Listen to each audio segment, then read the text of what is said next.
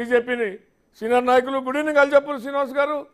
Right, గెలి Srinivas గారు మీతోనే ప్రారంభిద్దాం. ప్రధానంగా హైడ్రాకు సంబంధించినటువంటి అంశంపై రాజకీయ వివాదం చేస్తుంది బీఆర్ఎస్ పార్టీ.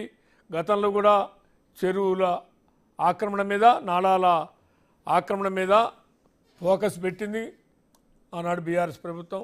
కొంత కార్యాచరణ ప్రారంభించిన తర్వాత కారణాలు ఏవైనా అవి వెనక్కిపోయినాయి.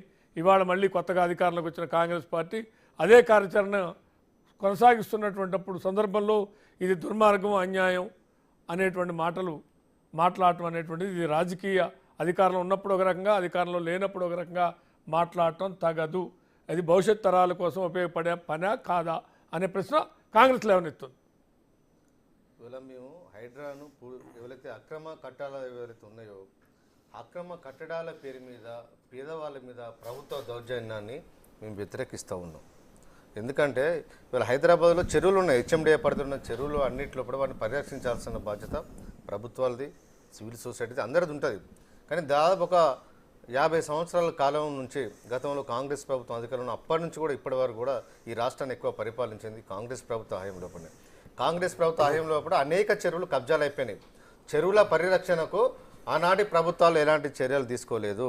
ఎలాంటి చర్యలు తీసుకోకపోవడం వల్ల హైకోర్టే దాన్ని ఇన్వాల్వ్ అయ్యి ఒక ఇంగ్లీష్ పేపర్లో, ఒక టైమ్స్ ఆఫ్ ఇండియా పేపర్లో వచ్చిన దాన్ని సుమోటోగా తీసుకొని 21/10/2020 లోపల 2010న ఆనాడు చీఫ్ జస్టిస్ ఉజ్వల్ బయాన్ గారు, అదేవిధంగా జస్టిస్ తుకరాంజీ గారు ఇద్దరు డివిజన్ బెంచ్ దాని మీద విచారణ జరిపి హైదరాబాద్ హెచ్ఎండిఏ పరిధిలో ఉన్న 7 జిల్లాల్లో కూడా ఉన్న చెరువుల వీటిని అన్నిటిని కూడా పరిరక్షించాల్సిన బాధ్యత ఈ ప్రభుత్వాల మీద అని చెప్పి ఆ రోజు గుర్తు చేస్తూ 2 డిపార్ట్మెంట్లతోని ఒక కమిటీ రెవెన్యూ డిపార్ట్మెంట్, ఇరిగేషన్ డిపార్ట్మెంట్తో ఒక కమిటీ వేసి ఏవైతే అక్రమ చెరువులు ఈ పరిధిలో పడి ఉన్నాయో వాటన్నింటినీ ఫస్ట్ ఐడెంటిఫై చేసిన తర్వాత వాటిని పరిరక్షించే కార్యక్రమాలు చేయండి.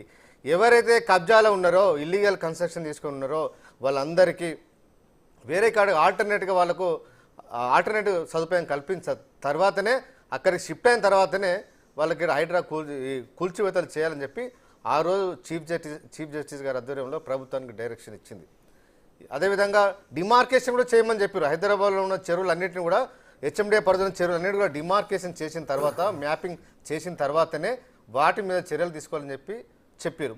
ఇవాళ రేవంత్ రెడ్డి గారు ముఖ్యమంత్రి అయిన తర్వాత ఇవన్నీ ఏవి పట్టించుకోకుండా ఏకాఏకన డైరెక్ట్ బుల్డోజర్లను తీసుకెళ్తున్నారు. పేదవాళ్ళ ఇండ్ల మీద, గుడిసెల మీద పెట్టి ఇవాళ కూలగొట్టి ఇవాళ భయభ్రాంతులకు గురి చేస్తున్నారు. ఇది చాలా తప్పు అని చెప్పి ఇవాళ మేము వ్యతిరేకిస్తూ ఉన్నాం.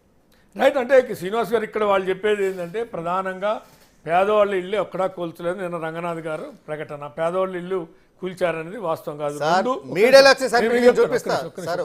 రెండోది వాళ్ళు చెప్పేది ఇక్కడ షేర్లింగంపల్లి నియోజకవర్గంలో ఇక్కడ సున్నం చెరువు అని ఉంటుంది. సున్నం చెరువుకు ఒక 50 మీటర్ల 50 నుంచి 100 మీటర్ల దూరం ఉన్న ఒక ప్రిస్టేజ్ విలానో వాటికి ఒక నోటీస్ ఇవ్వలేదు.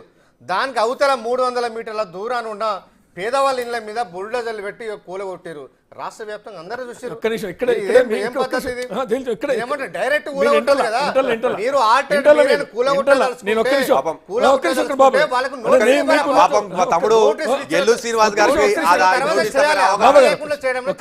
రైట్, నేనేమంటున్నా అంటే ఇక్కడ మీరు గమనించాల్సింది ఏంటంటే, నాకు జర్నలిస్ట్గా నేను తెలుసుకున్నా, నాకున్నటువంటి అవగాహన తప్ప ఒప్ప అది మీరు అక్కడ ఏదైతే కబ్జాలు చేసి షెడ్లు వేసి ఇస్తున్నది పేదవాళ్ళకే, మళ్ళీ కాదంటలా నేను. ఎవరు స్థలం ఎవరిది, అది ఓనరా అద్దెకున్న వాళ్ళ అనేది ప్రశ్న. ఇక్కడ షెడ్లు వేసి స్థలాన్ని కబ్జాలో పెట్టుకొని పొజిషన్లో తీసుకొని దానికి ఒక కరెంట్ మీటర్ పుట్టించి దాన్ని తీసుకొచ్చి ఎవరైనా రోడ్ సైడు టిఫిన్ సెంటర్స్ నడుపుకునే వాళ్ళకి, క్యాటరింగ్ నడుపుకునే వాళ్ళకి ఇస్తున్న మాట వాస్తవం. వాళ్ళు కాదంటలా. కానీ దాన్ని కూడా సమర్థిద్దామా, వాళ్ళని పేదవాళ్ళు అందామా, బలిసిన వాళ్ళు ఆక్రమించుకొని పేదవాళ్ళ దగ్గర దోచుకుంటున్న వాళ్ళు అందామా, ఏమందామని కూడా ఇది ఒక కీలకమైన ప్రశ్న. ఇవాళ ఈ హైడ్రా సందర్భంగా వస్తున్న ప్రశ్న ఇది. గెలి శ్రీనివాస్ గారు సార్, రేపు నేను వస్తా, మీ బిగ్ టీ నుంచి మీరు రండి, అక్కడ స్థానికుల వాళ్ళందరూ మేము ఎంక్వైరీ చేద్దాం. వాళ్ళు ఎన్ని సంవత్సరాలు వాళ్ళు అక్కడ ఉంటున్నారు.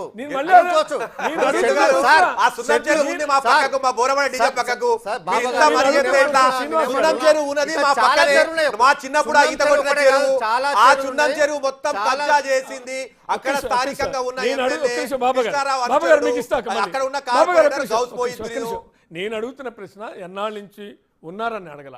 ఉంటున్న వాళ్ళు అద్దెకుంటున్న వాళ్ళ ఆక్రమించుకుని ఉన్నవాళ్ళ పేదవాడ ఆక్రమించుకున్నవాడు ధనికుడు అద్దెకుంటున్నవాడు పేదవాడు కాదంటలేదంటున్నా. ఎన్ని సంవత్సరాల నుంచి ఉండొచ్చు అంటే 5 సంవత్సరాల నుంచి ఉన్న అద్దెకు ఉండొచ్చు, 10 సంవత్సరాల నుంచి కూడా అద్దెకు ఉండొచ్చు. లేరని నేను అంటలేదంటున్నా. ప్రశ్న అద్దెకున్న వాళ్ళ పేదలు ఆక్రమించుకున్న ఎఫ్టీఆర్లో పేదలు గుడిసెలు వేసుకున్నారా, ధనవంతులు ఆక్రమించుకుని షెడ్లు వేసి అద్దెకిస్తున్నారా అనేది సమస్య. ఎఫ్టీఆర్లో మెజార్టీగా పేదవాళ్ళే ఉన్నారు. నేను ఏమంటానంటే పేదవాళ్లకు మీరు ఆల్టర్నేట్ చూంచండి. పేదవాళ్లకు ఆల్టర్నేట్ చూంచే దాని మీద ప్రభుత్వం దృష్టి పెట్టకుండా ఇవాళ హైడ్రా పేరు మీద వాళ్ళను నడి బజార్ మీద వేయడం చాలా కరెక్ట్ కాదు. వాళ్ళు ఏంటంటే అక్కడక్కడ పరిసర ప్రాంతాల్లో కూడా చిన్న చిన్న ఉద్యోగాలు వేసుకుంటూ కూలీ పనులు చేసుకుంటూ జీవించే వాళ్ళు చాలా మంది ఉన్నారు. అదేవిధంగా కొంతమంది ఇప్పటికే వాళ్ళు పర్మిషన్లు తీసుకొని ఎవరిని మేనేజ్ చేసుకుని ఏ ప్రభుత్వాలు మేనేజ్ చేసుకున్నా కూడా వాళ్ళు అవునండి గత ప్రభుత్వం